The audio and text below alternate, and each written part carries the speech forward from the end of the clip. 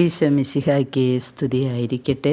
പ്രിയ കൂട്ടുകാരെ, 12-ാം തീയതിയിലെ വണക്കമാസം.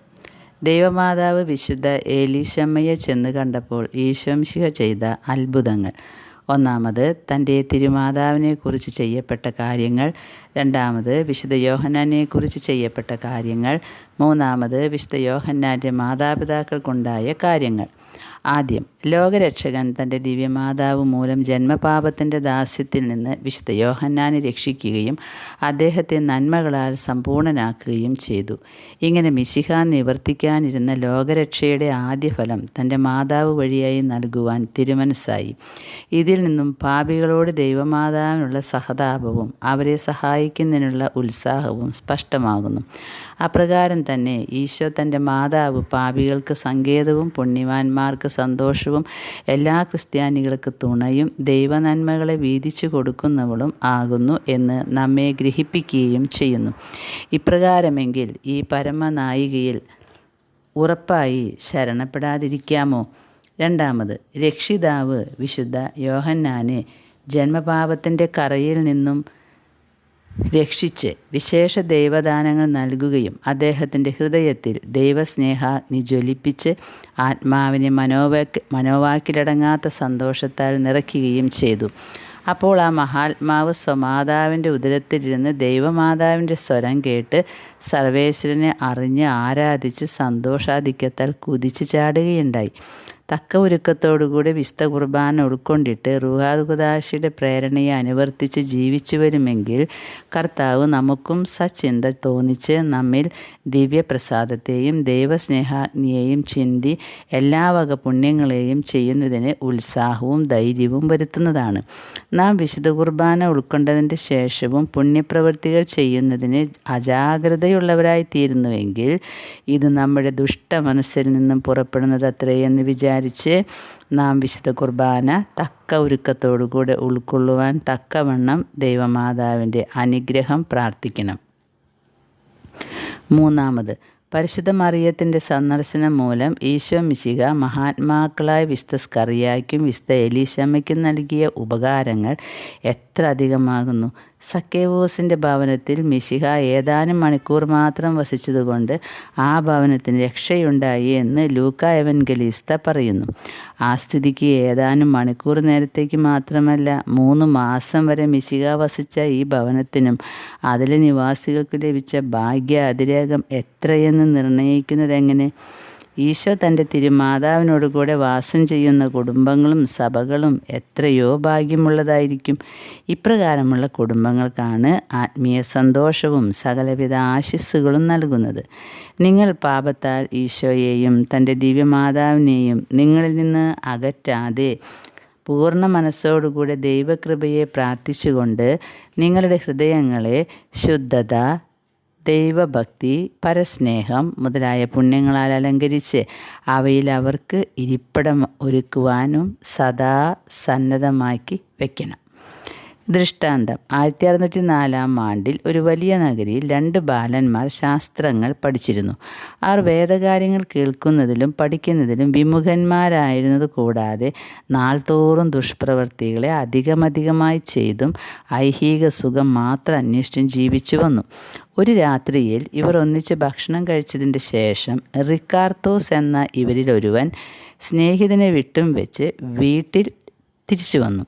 കിടക്കാൻ പോവുകയിൽ ദൈവമാതാവിനെക്കുറിച്ച് പതിവുള്ള നന്മ നിറഞ്ഞ മറിയമെന്ന ജപം ചൊല്ലിയില്ലല്ലോ എന്ന് വിചാരിച്ച് ക്ഷീണം അധികം തോന്നിയിരുന്നുവെങ്കിലും ഇത് വകവയ്ക്കാതെ ഉടനെ മുട്ടിന്മേൽ നിന്നുകൊണ്ട് പതിവ് പോലെ പ്രാർത്ഥിച്ച് നിദ്ര ചെയ്യുവാൻ പോയി. നിദ്ര ചെയ്യുമ്പോൾ രാത്രിയിൽ കതകിൽ ബലമായി മുട്ടുന്നത് കേട്ട് നടുങ്ങി കണ്ണു തുറന്നപ്പോൾ കതക് താനെ തുറക്കുന്നതും അവലക്ഷണ മുഖത്തോടും ഭയങ്കര രൂപത്തോടും കൂടെ തൻ്റെ ദുഷ്ട സ്നേഹിതൻ അകത്ത് പ്രവേശിക്കുന്നതും കണ്ടു. ആ ഭയങ്കര കാഴ്ചയാൽ അവൻ ഏറ്റവും ഭയപ്പെട്ടിരിക്കുകയിൽ, റിക്കാർത്തോസേ, നീ എന്നെ അറിയുകയില്ലയോ എന്ന് ഭൂതവും, നീ തന്നെയോ സ്നേഹിത, എന്നാൽ ഇത്ര വിരൂപിയായി പിശാചിനെ പോലെ ഇരിക്കുന്നത് എന്തുകൊണ്ട് എന്ന് റിക്കാർത്തോസും പരസ്പരം ചോദിച്ചു.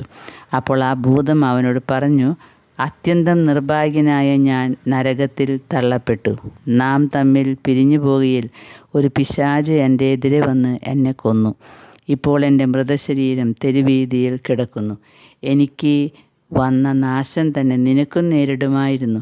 എന്നാൽ നീ കിടപ്പാൻ പോയപ്പോൾ പരിശുദ്ധ മറിയത്തിനടുത്ത് പ്രാർത്ഥിച്ചതുകൊണ്ട് അവൾ നിന്നെ കാത്തു രക്ഷിച്ചു.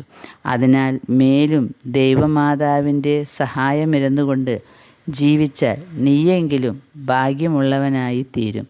ഇതിൻ്റെ ശേഷം തന്നെ ദഹിപ്പിക്കുന്ന അഗ്നിയെ അവന് കാണിച്ചു കൊടുത്തുകൊണ്ട് ഭൂതം മറഞ്ഞുപോയി. റിക്കാർത്തോസ് ഭയന്ന് നെഞ്ചത്തിടിച്ചുകൊണ്ട് സാഷ്ടാംഗം വീണ് തന്നെ രക്ഷിച്ച ദൈവമാതാവിന് കൃതജ്ഞതാസ്തോത്രം ചെയ്തു. അനന്തരം താൻ എങ്ങനെ നല്ലവനാകേണ്ടു എന്ന് നിരൂപിച്ചുകൊണ്ടിരിക്കുമ്പോൾ ഫ്രാൻസിസ്കൻ സഭക്കാരുടെ ആശ്രമത്തിൽ പാതിരാജപത്തിന് മണിയടിക്കുന്നത് കേട്ട് ഉടനെ പുറപ്പെട്ട് ആ ആശ്രമത്തിൽ ചെന്ന് സന്യാസികളുടെ കൂട്ടത്തിൽ തന്നെയും കൈക്കൊള്ളണമെന്ന് അപേക്ഷിച്ചു. സന്യാസികളാകട്ടെ ഇവൻ്റെ ദുഷ്ടജീവിതം അറിഞ്ഞിരുന്നതിനാൽ അവർക്ക് ഇവനെ കൈക്കൊള്ളുവാൻ മനസ്സുണ്ടായില്ല. എന്നാൽ തനിക്ക് സംഭവിച്ചതെല്ലാം അവരോട് ഇവൻ അറിയിച്ചപ്പോൾ 2 സന്യാസികൾ വാസ്തവം അറിയുന്നതിനായി പുറത്തിറങ്ങി റിക്കാർത്തോസിൻ്റെ സ്നേഹിതൻ്റെ പ്രേതത്തെ അന്വേഷിച്ച് ചെന്നപ്പോൾ പറഞ്ഞ ഇടത്തിൽ തന്നെ കരി പോലെ കറുത്ത ആ പ്രേതത്തെ കണ്ടു. അതിനുശേഷം റിക്കാർത്തോസിനെ സഭയിൽ കൈക്കൊള്ളുകയും അവൻ കഠിന തപസ് ചെയ്ത് എല്ലാവക സുഹൃതങ്ങളും സമ്പാദിക്കുകയും ചെയ്തു. ഏതാനും കൊല്ലങ്ങൾ കഴിഞ്ഞ് അജ്ഞാനികൾക്ക് സത്യവേദത്തെ പ്രസംഗിപ്പാനായി ഇദ്ദേഹത്തെ ഇന്ത്യയിലേക്ക് അയച്ചു. ഒടുവിൽ ജപ്പാനിയോ ദേശത്തിന് പോയി അവിടെ സത്യവേദ സാക്ഷിയായിട്ട് മരിക്കുകയും ചെയ്തു. ഇവയെല്ലാം കേട്ട സഹോദരന്മാരെ, ദൈവമാതാവിനെക്കുറിച്ച് നിങ്ങൾ പതിവായി ചെയ്തു വരുന്ന ജപങ്ങളെ ഒരു നാളും മുടക്കാതെ നടത്തേണ്ടതാണ്. ജപം. എൻ്റെ ദിവ്യമാതാവെ, എനിക്ക് വേണ്ട ഉപകാരങ്ങൾ ചെയ്ത് സഹായിച്ചു കൊണ്ടുവരുന്ന അമ്മേ, കർത്താവിൻ്റെ യോഗ്യയായ ജനനി, ഞാൻ അധിക പാപങ്ങൾ ചെയ്തു പോയതിനാൽ അങ്ങേ തിരുമുമ്പിൽ നിൽക്കുന്നതിന് ഒട്ടും തന്നെ യോഗ്യനല്ല. അതുകൊണ്ട് അങ്ങേ അടുക്കൽ നിന്ന് അങ്ങ് എന്നെ തള്ളിക്കളഞ്ഞാലും അങ്ങയുടെ കൃപയെ ഞാൻ ഉറപ്പായി പ്രതീക്ഷിച്ചുകൊണ്ടും അങ്ങേ തിരുമുമ്പാകെ പ്രലപിച്ചുകൊണ്ടും ഒരു ദിവസമെങ്കിലും നിന്നോട് പ്രാർത്ഥിക്കാതെ ഞാൻ പിൻവാങ്ങുകയില്ല. നീ കരകാണാത്ത കൃപാസമുദ്രമായിരിക്കയിൽ ഞാൻ ദൈവസഹായത്തെ അങ്ങയിൽ നിന്നും കൈക്കൊള്ളാഞ്ഞാൽ ആരുടെ സങ്കേതത്തിലാണ് ഓടിപ്പോകേണ്ടത്?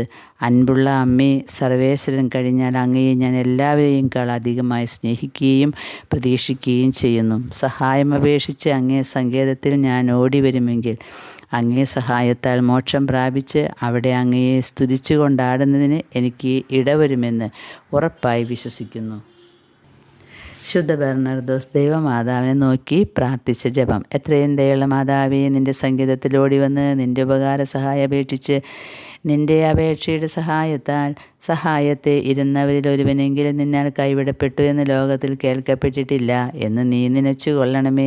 കന്യാവ്രതക്കാരുടെ രാജ്ഞിയായ കന്യകേ, ദയുള്ള മാതാവേ, ഈ വണ്ണമുള്ള ശരണത്താൽ ഉറച്ച് നിൻ്റെ തൃപ്പാദ്യങ്ങൾ ഞാൻ അണഞ്ഞു വരുന്നു. നെടുവീർപ്പിട്ട് കണ്ണുനീർ ചിന്തി പാപിയായ ഞാൻ നിൻ്റെ ദയയുടെ ആഴത്തെ കാത്തുകൊണ്ട് നിൻ്റെ തിരുമുമ്പിൽ നിൽക്കുന്നു.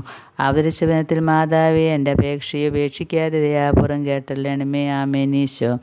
ജന്മപാപമില്ലാതെ ഉത്ഭവിച്ച ശുദ്ധമറിയമേ, പാപികളുടെ സങ്കേതമേ, ഇതാ നിൻ്റെ സങ്കേതത്തിൽ ഞങ്ങൾ ഓടി വന്നിരിക്കുന്നു. ഞങ്ങളുടെ മേൽ അലിവായിരുന്നു ഞങ്ങൾക്ക് വേണ്ടി നിൻ്റെ തിരുക്കുമാരനോട് പ്രാർത്ഥിച്ചു കൊള്ളണമേ.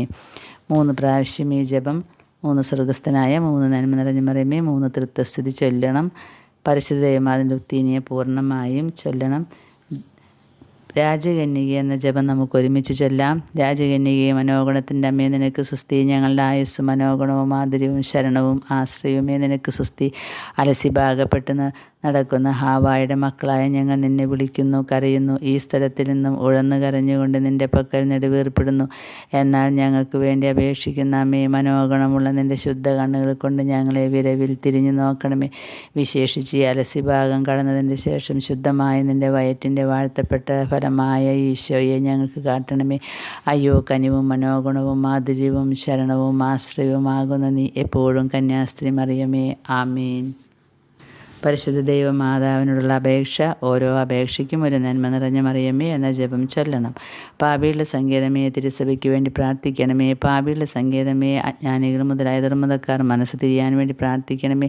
പാപികളുടെ സങ്കേതമേ, സത്യരാജാക്കൾ പ്രഭുക്കൾ തമ്മിൽ സമാധാനമായിരിക്കാൻ വേണ്ടി പ്രാർത്ഥിക്കണമേ. പാപികളുടെ സങ്കേതമേ, മാർപ്പാപ്പ മുതലായ വേദപാലകന്മാർക്ക് വേണ്ടി പ്രാർത്ഥിക്കണമേ. പാപികളുടെ സങ്കേതമേ, നിൻ്റെ പ്രിയപ്പെട്ട മക്കളായിരിക്കുന്ന ശുദ്ധീകരണ സ്ഥലത്തിലെ ആത്മാക്കൾക്ക് വേണ്ടി പ്രാർത്ഥിക്കണമേ. പ്രാർത്ഥിക്കണമേ. ഇന്നത്തെ സുഹൃതജപം.